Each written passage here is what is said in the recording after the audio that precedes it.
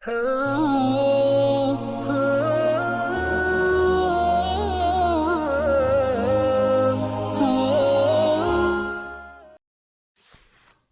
باللہ من الشیطان الرجیم، بسم اللہ الرحمن الرحیم۔ السلام علیکم ورحمۃ اللہ وبرکاتہ۔ پیارے دوستو، صرف 2 رکعت نماز دولت اتنی ملے گی کہ سنبھالنا ہی مشکل ہو جائے گا، کروڑوں کا قرض دنوں میں ادا ہو جائے گا۔ اب آپ سوچیں گے کہ ایسا کیا معجزہ ہوگا؟ اگر واقعی آپ پریشان ہیں، آپ زندگی سے تنگ ہیں، آپ ایسے کام نہیں کر سکتے جو وزن والے ہوتے ہیں یا پھر جو مشکل ہوتے ہیں، وہ آپ وہ نہیں کر سکتے، آپ نے یہ ویڈیو مکمل دیکھنی ہے۔ میں یقین سے کہتا ہوں، میں دعوے سے کہتا ہوں کہ اللہ تعالیٰ کے فضل و کرم سے آپ کو اتنی دولت ملے گی کہ آپ کو واقعی سنبھالنا ہی مشکل ہو جائے گا، اور یہ کلام پاک کی برکت سے۔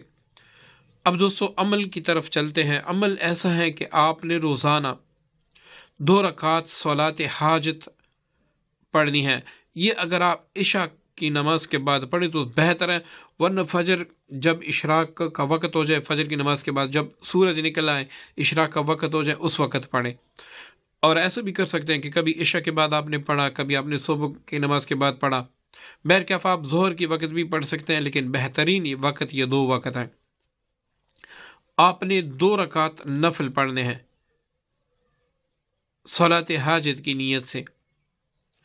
پہلی رکعت میں آپ نے سورہ کوثر پڑھنی ہے، کتنی تعداد میں؟ 100 مرتبہ۔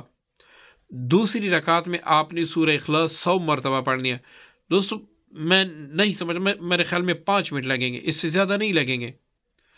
آپ نے یہ پڑھ کے پھر آپ نے سلام پھیر لینے کے بعد آپ نے 100 مرتبہ سب سے جو آسان ہو، سب سے جو چھوٹا درود پاک ہے وہ پڑھنا ہے، صلی اللہ علیہ وسلم، صلی اللہ علیہ وآلہ وسلم۔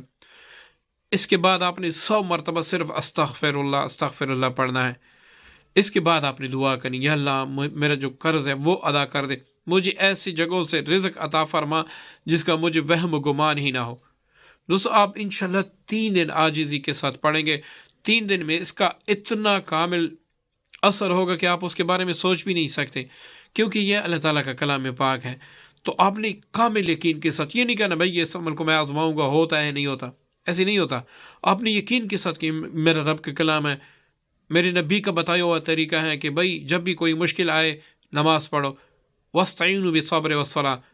اللہ تعالیٰ خود فرماتے ہیں کہ مجھ سے صبر طلب کرو، بلکہ مجھ سے مدد طلب کرو صبر کے ذریعے، نماز کے ذریعے۔ تو اب نے کیا کرنا ہے؟ بس اپنی نماز پڑھنی ہے، صلاۃ حاجت۔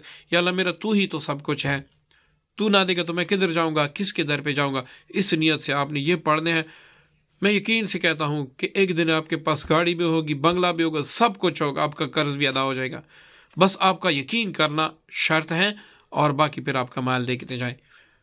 دعاؤں میں مجھے بھی یاد رکھیے گا۔ السلام علیکم ورحمۃ اللہ وبرکاتہ۔